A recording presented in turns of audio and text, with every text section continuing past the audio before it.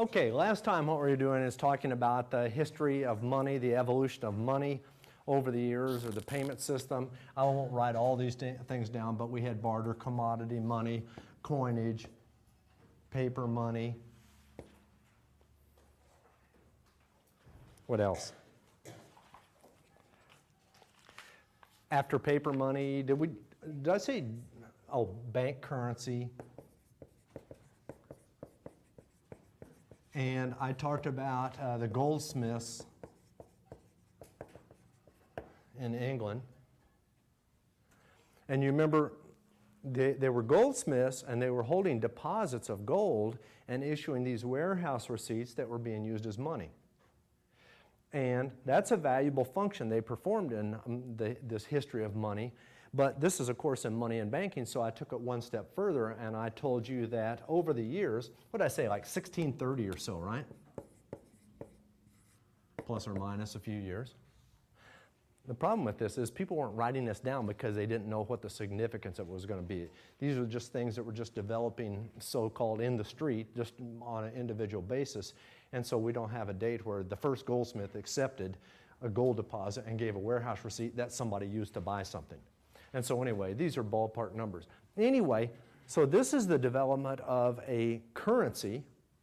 It's a piece of paper that represented gold itself, and it could be used to spend, to buy things. It could be used as a medium of exchange. But as I started to say, this is both, of course, in money and in banking. The next step in this process, banks issue a piece of paper to us. Nowadays, we call it a check, and we'll get to that. Banks issue a piece of paper to us that we can use as a medium of exchange to buy things, and goldsmiths did that. The other key function that banks perform is banks make loans. And so what happened over the years, and this is where I ended last time, what happened over the years was goldsmiths built up these large gold reserves in their vaults, and then over time people started coming to them, not individuals really, but business managers and even government officials saying, we want to borrow some of that gold. And the goldsmith then started lending that gold. And let's just say, and we'll use hypothetical numbers, but let's say you've got a safe, and I'll put a little dial over there on it, combination. Let's say you've got a safe, and what goes into this, we'll just say 1 million ounces of gold, purely a hypothetical number, and it's just sitting there, and you've issued 1 million ounces worth of gold receipts, 1 million ounces of receipts, warehouse receipts, everything's fine. And then what happened over time is, as I say, people started coming in saying, could I borrow some of this gold? And the goldsmith at first would say, that would be wrong. And then whoever it is that's talking to him says, well, I'll tell you what, if you would loan me 10,000 or 20,000 or 50,000, whatever, if you would loan me 10,000 ounces of gold, I'll pay you back next year 11,000 ounces of gold. And then the goldsmith says, you know, I think I could probably do that. Why? Well, we call that interest today, right? And so they wanted that interest. And so the goldsmith was charging, yeah, if you come along and give me gold to hold, I'll charge you a fee, a warehouse, a storage fee. And so the goldsmith is charging a fee to hold the gold, and then not even hold it, hand it out to somebody else to borrow. And so this second function performed by banks, not only issuing this piece of paper that could be used to buy something, that function, yes, but the other thing goldsmiths were doing, issuing the paper, but also accepting deposits. Not only were goldsmiths doing that, they started making loans. And so if the goldsmith, we'll just take an example. Let's say the goldsmith makes loans of 500,000 ounces of gold. That goldsmith's only holding 50% as much on reserve as they have in receipts outstanding. And so we got to a fractional reserve system at that point, which we have today. And today, the fractional reserve at medium-sized and large banks here in the United States, the reserve that banks hold now is 10%.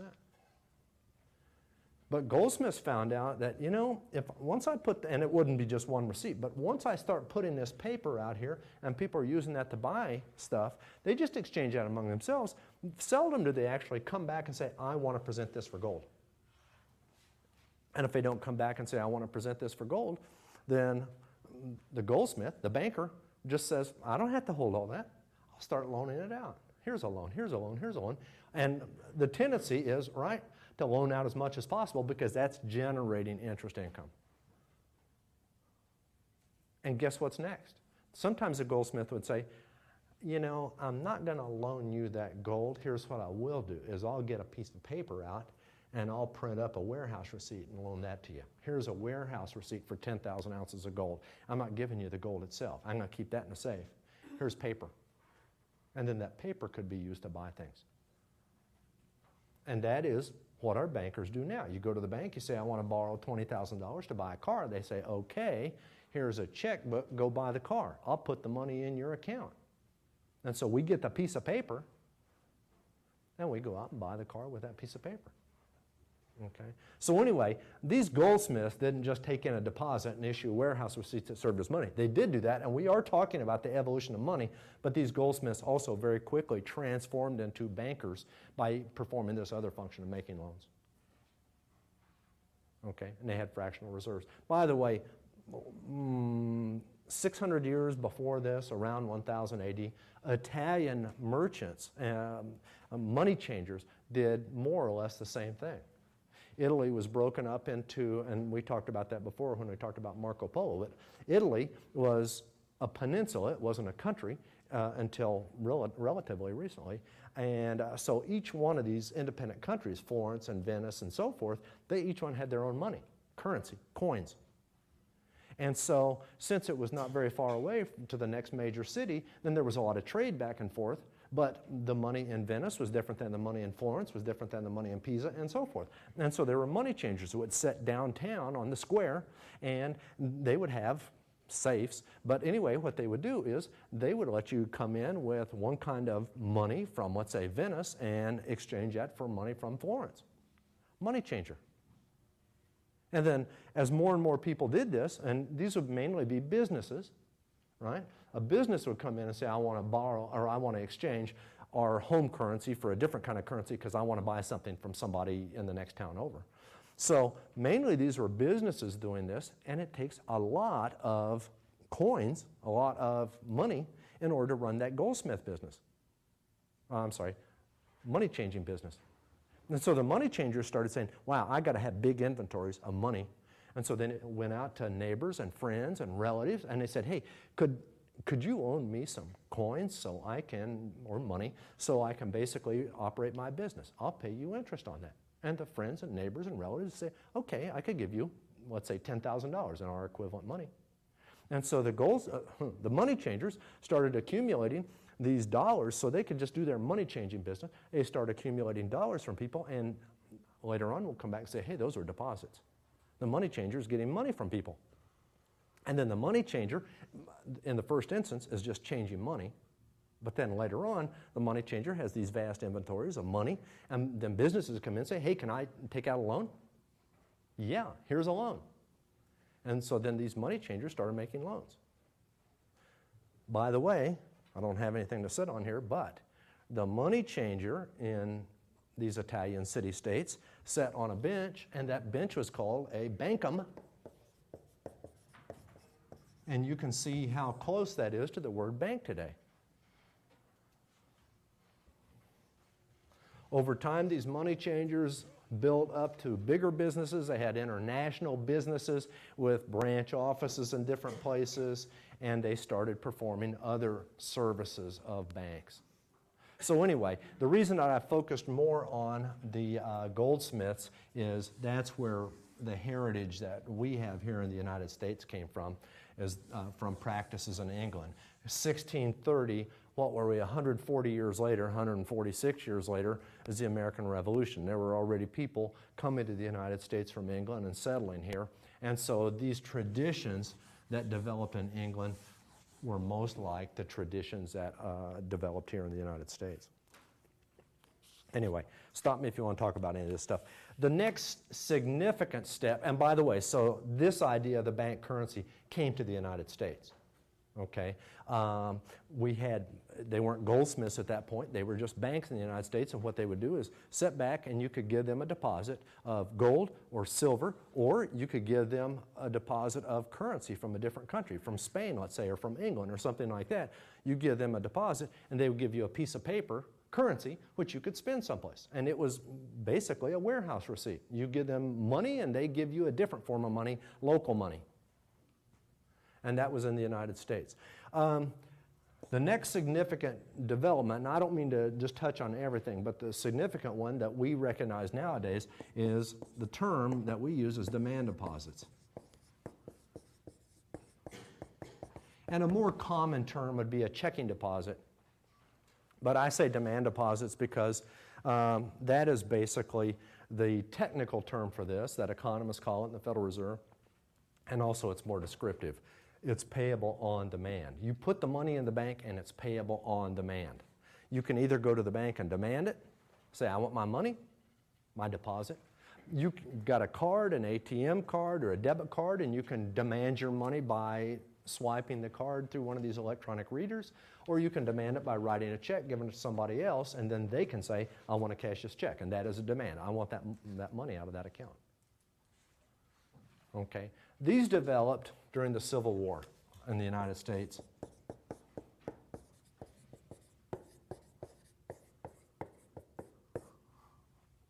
And they developed as a result of some new banking laws that occurred during this period. 1862, 1863.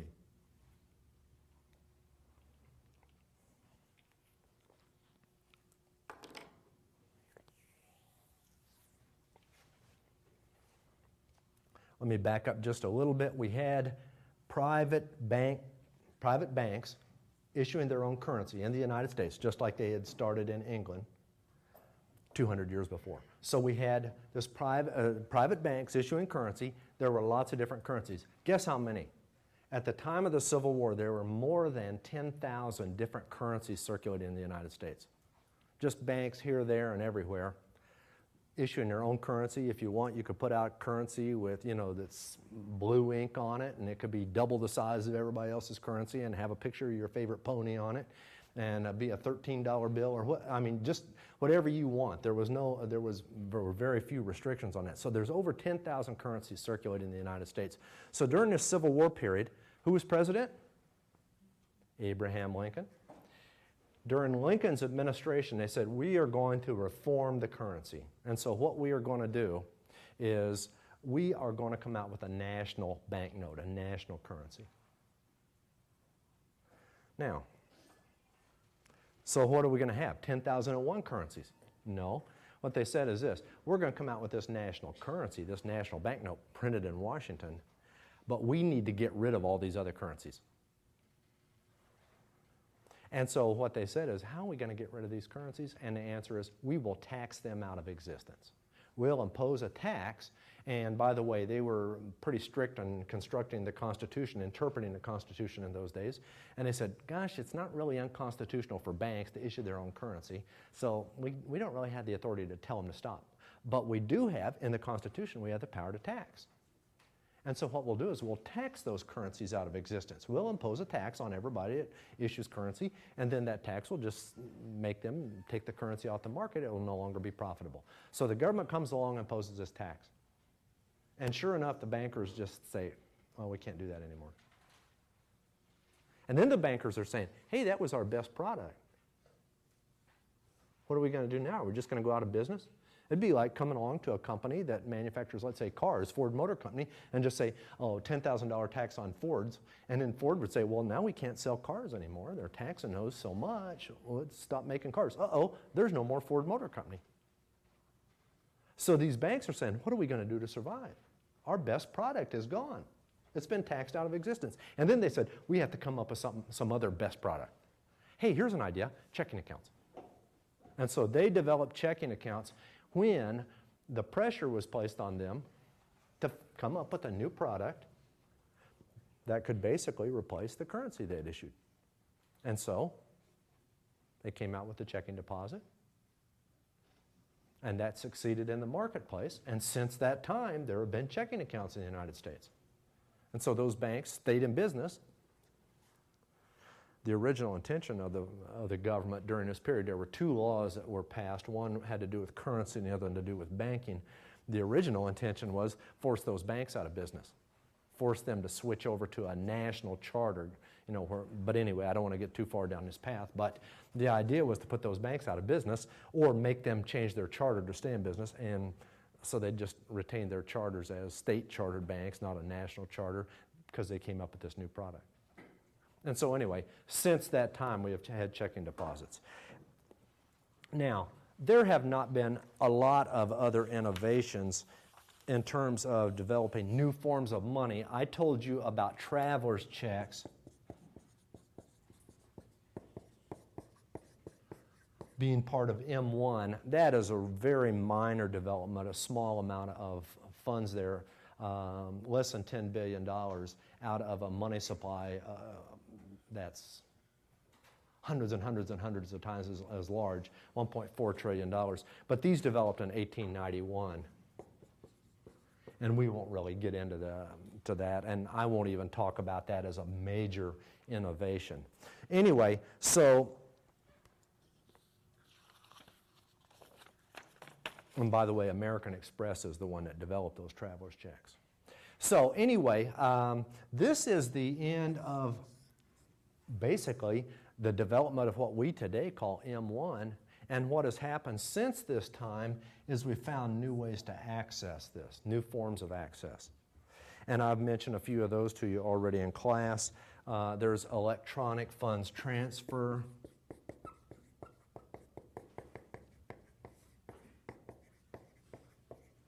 Oh, by the way, I'll put this first one in here as the checks, which we've already talked about. Checks are one way of accessing those accounts. We've got electronic funds transfer to transfer system within, or electronically. We've got ATM/debit cards. And we've got online payments, where you basically provide your account number, your checking account number, and a bank routing number. And so you can pay somebody by basically authorizing money be sent to them using information from your bank account. So these are just different forms or different ways to access that checking account. But really, Civil War period, and then if you want to include traveler's checks before 1900, that's when we got all these things that we today call money. And what I mentioned to you before is this: I do not expect that to change significantly in the future. Now, I don't mean to say ever in the future, who knows about ever, but anytime soon, because bankers are in business to make a profit, to earn a profit, and so what bankers do is they continue innovating. It's bankers that keep adding these things on the list of new ways to gain access to the checking deposits, and as long as they continue to innovate and offer new options, then if somebody else comes along and says, hey, I got an idea, I want to do this or I want to do that, the bankers will basically compete with these new developments and stay in the game. Okay? So there will just be something new come along after online payments, whatever that would be. We don't really need to get into that at this point, predicting the future, but the innovation is in the form of basically forms of demand deposits or gaining access to demand deposits. Okay, questions about this?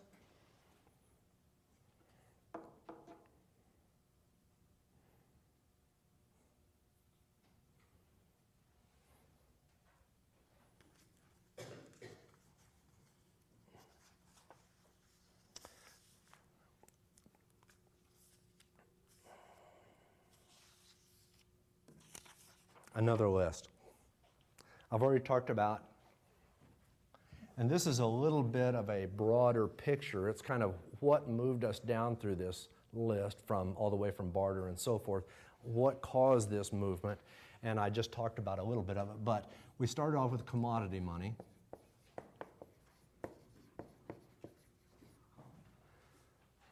Why commodity money rather than barter?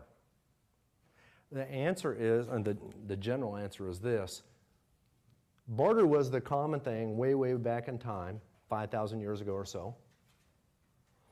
And people wanted to use something as money because they wanted to avoid these high transactions costs. And by switching to a commodity money, there was very little risk. I kind of alluded to this earlier. If what you wanted to do is use, let's say, barley or wool as money and say, oh, I'll take some barley to town with me or to a neighbor and try and trade with them, try to buy something from them and give them barley, then the worst that could happen to you is you don't find a trading partner and you come home with your barley and you can still eat it. And the person that you're trying to trade with, the worst that happens to them is they give you something, whatever you're after, and they have barley, and the worst that happens is they have food. But they haven't taken much risk at that point. If somebody had a piece of paper, let's say that we went back 5,000 years ago and said, here, use this green piece of paper and go to town with that and buy lunch, buy furniture, whatever it is you need to buy. And you say, oh, okay, and you go to town with that green piece of paper. What's the worst that could happen to you? And the answer is you come home empty-handed. And then, not empty-handed, you still have your green piece of paper. Nobody wants it. And then you come home, you got a green piece of paper, and it's time for dinner, and you've got nothing to eat. And so people are very reluctant to go to green pieces of paper at that point because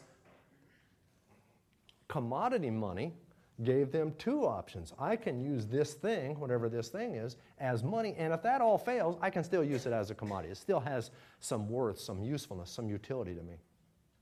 But I'm not taking much risk, and not taking much risk is a big deal when these new things are being developed, when the innovations are coming along. Okay, and so if we go back, most of these things, even when we go back and see the beads and shells and things like that being used as money, it would be, oh, I'll take the beads, I'll take the shells. If somebody wants to hire me to work, I'll take beads or I'll take shells, I'll do the work. Now I've got the beads or shells, I'll go to town, I'll try to buy something. If they don't want to trade for beads or shells, hey, these are still used for ornamentation purposes, still used for jewelry. And so commodity monies were not very risky to make that transition. Okay? So then what happened was people are using commodity monies, but there were still problems with commodity monies. Here's a problem with it. It's heavy and inconvenient and awkward to carry commodity monies many times. Let's say it's wool. Okay, wool, that's fine. Suppose you want to buy a farm from somebody or 100 head of cattle and you're using wool to pay. That's big, right? And so that's pretty inconvenient. I told you about, in cuneiform,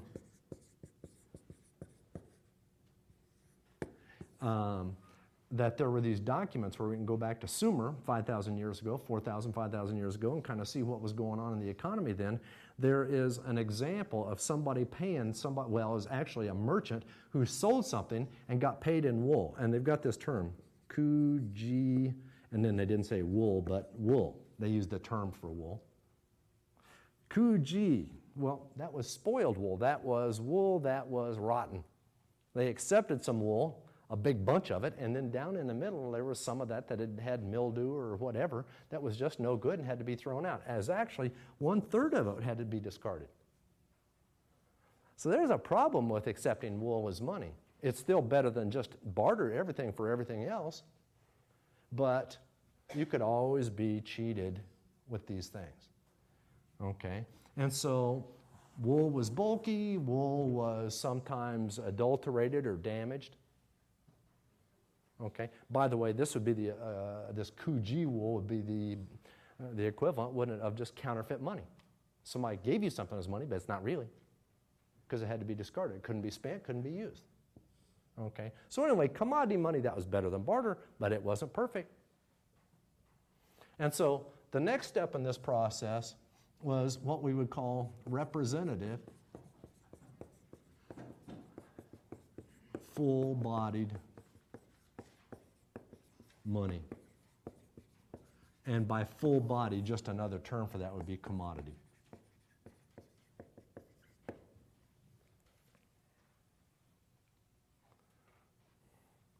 Now, a couple of good examples of this: silver certificates,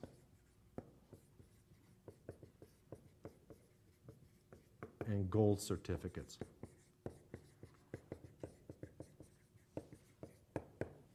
So what we have here is something that represents commodity money. Pieces of paper that could be exchanged for gold or could be exchanged for silver, but they weren't gold and silver, so you don't have to carry them around. You know, if I give you a gold coin, what's inside of that gold coin? Is it gold all the way through? How can you find out? Well, back in the old days, they would bite them. And if you could dent it, that was a soft metal. Maybe that's gold. Okay? Or get a knife out and kind of nick it on the edge. Okay? One of the problems with either gold or silver, you know what people would do? Is they'd take that gold or silver and they would sit down with a sharp knife. I just gave you an example of how you might check to see if a gold coin is really gold, is nick it and see if there's anything underneath that surface of gold. But what people do is take that gold coin and they would just kind of carve around the edge of it. Just a tiny amount. Just scrape it. And just scrape a little bit of gold off of it. And you know, you get a big stack of coins and spend the day with a sharp knife or maybe a file and just work around the edge of it and just take off little gold flakes and then give me another one and work on that one and then another one, another one, another one. And you do that for a while and you got a whole bunch of just dust. Not just dust, it's gold dust. And then you take all those coins that you worked on just a little bit and took a little bit off the edge and you go spend those. And you spend them just like they're coins. But now you got this other stuff. And this other stuff is your profit for sitting around and working on those coins. And that was called clipping. There's a problem with gold coins, with commodity money. Okay? I mentioned the problem with commodity money, the Coogee wool. What some people used to do is take lead, put gold on the outside of it and say, here's a gold coin. Coogee gold. I don't think they talked about that. Anyway, so there are problems with these things, and so now what we say is, hey, if I had a piece of paper and it is redeemable into, let's say, 1 ounce of gold or 1 ounce of silver, then I can go back to where that was issued and truly get an ounce of gold or an ounce of silver. It's not something somebody's been filing off the edges of it. I don't have to wonder about the inside of it. Whoever issued that piece of paper has got to stand behind it. And so this was the next step in the evolution. We had silver certificates 1878 through, I think, 1968. And we had gold certificates 1882 through 1933.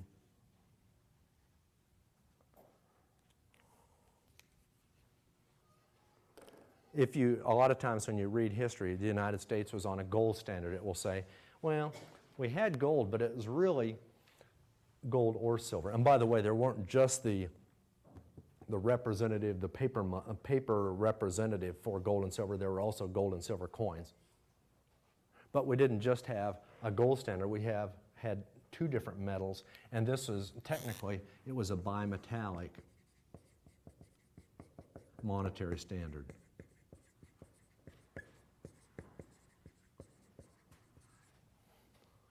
Now, how did we get to representative full-bodied money? And the answer is commodity money had problems with it, so we're trying to find the next step. What will be almost as good as commodity money in some ways, like, boy, that's the real deal.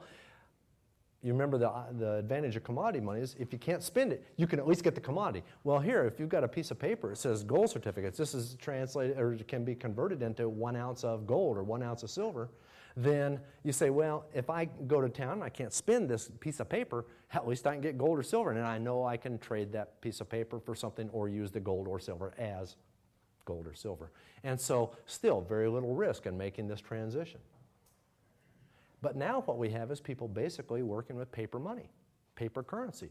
And by the way, this kind of stuff here, the goldsmiths were issuing a representative full-bodied money. They were issuing a piece of paper that could be converted into gold, but the paper itself wasn't gold, and yet people are willing to do it. If we'd gone back in time, let's say back 5,000 years ago and said, hey, here's a gold certificate, here's a silver certificate, people would have said, no way, I don't want that. Well, they wouldn't have said paper because there was no paper, but that's a piece of clay, and it just says gold or silver on it. I don't trust that. But what happens is people get used to something, and then there's over time a modification in the system, and they say, okay, I can make that step. And then here we're going along, and everybody's used to using, and really it started back in the 1600s. people had been using paper for money for a long time. It was a representative kind of money, representing a commodity. And so the next step in the process is fiat money. Oh, by the way, before I continue with this fiat money discussion, I just want to mention to you, this is 90 years that there were silver certificates. And so the reason I mention that is, don't ever just say to yourself, boy, money is not going to change. Because 90 years is longer than almost any of us live. A lot of people were born and there were silver certificates and died and there were still silver certificates. And for them, they just said, there's not any change in money. But what I'm saying to you is that it's not a time thing. Something can go on for 90 years or 900 years, and something did go on for longer than that, right? From coins to paper money was, what, 600 BC to, what year did I say, 900 AD? That's 1,500 years, and there's a new kind of money. And so there's never a period when money will stop evolving. I think it will never stop evolving. We're always moving toward, basically the story is lower transactions cost, more convenience, but we're always evolving and there's never a time when anything's settled. It just seems like it's settled because our lives are relatively short and our memory is short, and whatever we're doing today seems like we've always done it. Okay, so anyway, fiat money. Money by decree. And this, I should say, government decree. So we went along for a long time with this representative commodity money or representative full-bodied money. People get used to the idea of government issuing pieces of paper that they would stand behind. Stand behind with what? Stores of gold and silver. We kept the silver mainly at Fort Knox, and most of the government's gold that backed these pieces of paper at the Federal Reserve, and the last years of this gold standard, the Federal Reserve in New York, in a vault underground. Okay, so the government would always say, we'll stand behind that. Here's a piece of paper. We stand behind it. And people said, okay, I trust the government. Because why? Because the government always stood behind it. And so then they get to the point where they say, hey, we're not standing behind that stuff anymore. It's just a piece of paper. It's good, though. How do you know it's good? Well, you've been using these things. And by the way, they did not change the appearance very much. I'm not the artist to do it. But if you went back and looked at a silver certificate, they ran out of space to write it up there. If you went back and looked at a silver certificate that says $1, and then you looked at the next one, which says Federal Reserve note, $1, gosh, they looked a lot alike. And so what happened was, this was backed by silver, and this was backed by nothing. The only thing is, after people got used to accepting this green piece of paper with the president's picture on it, ex-president, then they're willing to accept that green piece of paper with a picture on it. And so we go to fiat money, which is just money by decree. A fiat is a car, but fiat means a decree or just a government statement of this is money. And so we've gotten to that point, and the silver certificates were taken out of circulation. They're still out there as coin collectors or money collectors collect these and so forth. But anyway, they were no longer issued, and nothing backing the silver certificates or any other government money after 1968. What we did do, 1933, Great Depression's going on. The government came out and said, that's it, no more gold money. If you own gold, turn it in. If you can believe it, it was illegal to own gold. What happens if you own gold? Jail. I don't get it. But anyway, that was the rule. And so what happened was, starting in 1934, it was illegal to own gold. It was illegal to have a contract. Let's say I rented you a house, and I'd been renting you the house in the 1920s and so forth, And let's say the rent was, I don't know, 3 ounces of gold a month. And let's say what I told you is 3 ounces of gold, or we could find out the free market price of gold and convert that over into dollars, and then you pay me that many dollars. So that would be a gold clause in the contract. You pay me in gold or the dollar equivalent of gold. Those contracts are illegal starting in 1934. That gold clause could not stay in a contract. Illegal. So Americans did not hold gold. Now, gold could still be used in jewelry, filling teeth. It could be used for industrial purposes. You could have a limited amount of gold coins. That would be like coin collections. But like you could not walk around with just a bunch of gold coins in your pocket and just going out and getting a haircut and paying in gold and, paying the rent with gold and hiring somebody and paying them gold. No. Lawbreaker. So anyway, except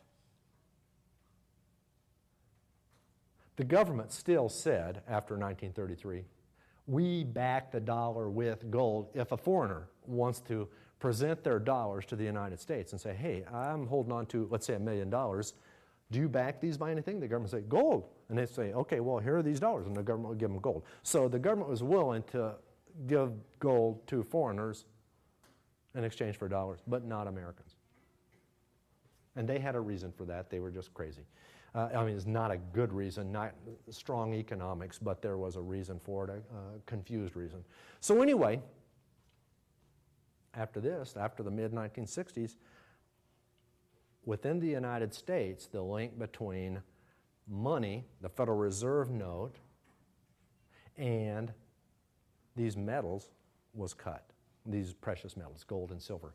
And until 1971, I believe it was, the United States still would convert dollars held by foreign governments, foreign central banks, would still basically had gold backing for the dollar if it had been a foreigner that presented those dollars for payment. And then in 1971, not only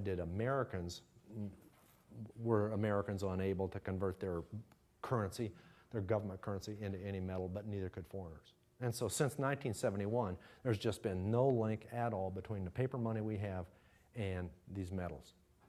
So why do people accept it? And the answer is, you accept paper money for, let's say, going to work or selling your car or whatever. You accept that stuff because you know that other people will. You know that if you get a $10 bill for working an hour, that you can go to the grocery store and buy groceries with that. And so your willingness to accept that piece of paper for something that is valuable to you, your work, let's say, is based entirely on the fact that we're all playing the same game. Right? We're all playing the same game of let's collect these green pieces of paper. And you take the green piece of paper because you know somebody else will. And if everybody else said, I'm not taking it, and then somebody says, hey, would you go to work for me? Here's $10 an hour. You say, no. Why would I do that? Well, it's money. Well, it's not money if it can't be used to buy stuff. And so there's just this social convention we have where everybody says, let's pretend there's money. And we all go, okay. And we learn the rules to this game back when we were children. Just as far back as I can remember, there was money and I wanted it.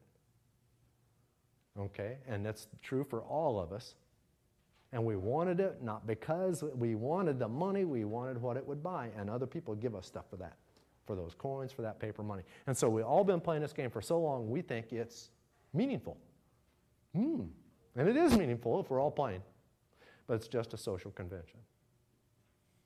Okay? But we got there in stages. We didn't get there immediately. Now, two more things. One is a student, I said this one time in class, and a student says, money, it doesn't have any value at all. It's just a social convention. And I said, yes, money is just a social convention. But I said, so is that. You know, there is nothing in your genes. There is nothing handed down from the heavens. There is nothing coming from the sun that makes that the letter A. Somebody made that up a long time ago, and we all just said, okay, I'll pretend. And once we all pretend, we can use that, and and that, and so forth. We can use those things for a purpose, But it's all just a big game. And you know, it all works out as long as everybody's playing the same game. So that's what money is. It's a social convention, and we accept it because we know the next person will. Now, why does the government want to do this? Why not just leave it at representative full-body money? And the answer is something called seigniorage.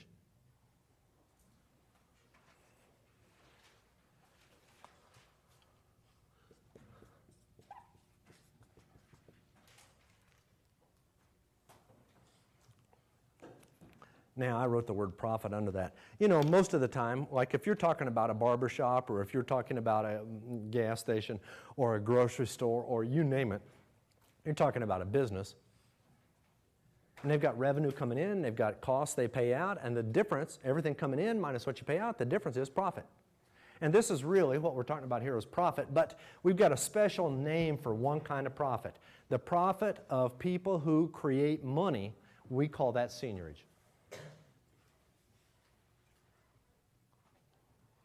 Okay, and so let's just say a Federal Reserve note says $1 on it, and the Federal Reserve, let's say, spends 3 cents to create that piece of paper. Then the profit from that is 97 cents, and that is seigniorage. Right? If you've got a piece of paper and it's cost you 3 cents to make it, got for the paper and the ink and the artist design and all the things that go into making it, if that costs you 3 cents a piece, you've got 97 cents in seigniorage. Now, back in the old days when we had silver certificates and gold certificates, if you issue that piece of paper and you actually have to dig a hole in the ground, there are other ways of getting gold and silver, but if you have to go down in a mine and find that gold and silver, you might spend, I don't know, you might spend $1 getting the gold or the silver to back that piece of paper. And you wouldn't spend quite that much, but then you take the gold and silver and you store it someplace. You build a big building, you hire a bunch of guards. And so what's the profit from making this kind of currency? Very little. So if what you can do, if you're the government and you can say, hey, let's get everybody to just play along with us on this deal where they don't have to have the backing for the gold and silver, if we can get everybody to do that, there's more seigniorage. Oh, by the way, how about this one? Let's add a couple zeros to that. How much is the seigniorage now? $99.97. I'd rather put some zeros on there if I were the government. So the government's got an incentive in all this, and it is to generate a profit from creating money. Do banks make a profit from creating money? How do banks create money? How about this? You come into the bank, and you say to the banker, hey, I'd like to apply for a loan. The banker says, how much do you want to borrow? And you say, $20,000. What for? I'm going to buy a car. Banker says, okay, I'll put the $20,000 in your checking account. At that point, when a banker puts $20,000 in your checking account, deposits in the checking account are money. And when that banker puts that $20,000 in your checking account, money is being created, so the banker's created money. How does the banker get seigniorage? And the answer is the banker charges you interest. If they say that's a 10% loan, 10% of $20,000, that's $2,000 for 1 year. So the banker is going to get some seigniorage off of creating the banking kind of money. Okay?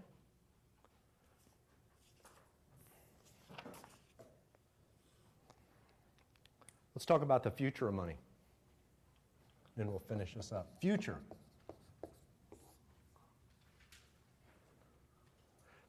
What I've mentioned to you is this. I think that for the foreseeable future, there will be some currency. Well, not bank currency, but fiat money, fiat currency. There will be some currency. Why? Well, one advantage of currency is it's anonymous, right? If you just do business with, like, writing checks and things like that, there's a receipt someplace for everything. And some people want to engage in anonymous transactions. They don't want a record of everything they do. Okay? And also, there are machines and places and people who just aren't plugged into the whole banking system. If you're just standing out on the street and you want somebody to wash your car, they might not want to take a check or a credit card or a debit card or all these other things, but they'll accept money, currency. So I think there's going to be currency in our future, okay? This fiat money, fiat currency. And then in the future, I think, foreseeable future, there will be demand deposits, checking deposits. But I think what will happen is bankers, in order to stay ahead of each other, and I mean, really, that's where this started off with the ATM cards and the debit cards. One banker said, hey, how can I get people to do business with me? And the answer is, I'll put this ATM card out. Nobody ever heard of an ATM card. I'll put this out, and then my customers, and a machine, and then my customers can come here at night and get cash. My customers can come here at night when everybody has gone home, gone to bed, and so forth, and they can still do business with the bank. They can make a deposit, they can take out money. And then people said, I like that. I like being able to do that. And so then people dropped their accounts at other banks and came to this bank that had an ATM machine. And then the next bank says, oh man, we're losing customers to that bank over there that's got that ATM machine. We got to get an ATM machine. And so what's happening is banks are competing with each other and ultimately with other financial institutions for business, and they are innovating. And I think, what's next? What's next? There will undoubtedly be things added to our cell phones where we can go along and push a few buttons on a cell phone and buy things or transfer money to somebody else. At some point in the future, then, there will be some kind of a computer chip implanted under the skin. Who knows what's next? I've always thought there will someday be a computer chip implanted in your brain. So you can, but this will be way down the road. But then you can go to a vending machine or to another person and have whatever thoughts you have to have in order to make it happen and transfer money to somebody else. It would do it electronically. Right? It'd go through basically using, maybe you'd have a thought, it'd go into your telephone, your cell phone. Your cell phone would tell your banker to pay that person. These chips are already being developed. They haven't been used for banking, but they are already being developed. They're implanting them under, in the brain of monkeys and things like this at a test phase. And so it's a matter of time. Why would this happen? And the answer is, the evolution of money is toward convenience and lower transactions costs. And the most convenient of all is where you don't have to carry anything. Nobody else can steal it from you. And you can control it basically anywhere you go with very little effort. Yes, sir? Isn't there kind of a danger in taking away that much of the transaction costs? As far as like you just think you want to buy something and you do? Yeah, no, just a second. You don't just think, oh, I wish I had that new car. And all of a sudden you had the car. You would have more control over the system than that. We want everything, right? So it's not just going to, take your wish for something. You'd have to authorize this payment. In your head. By thinking. See you next time.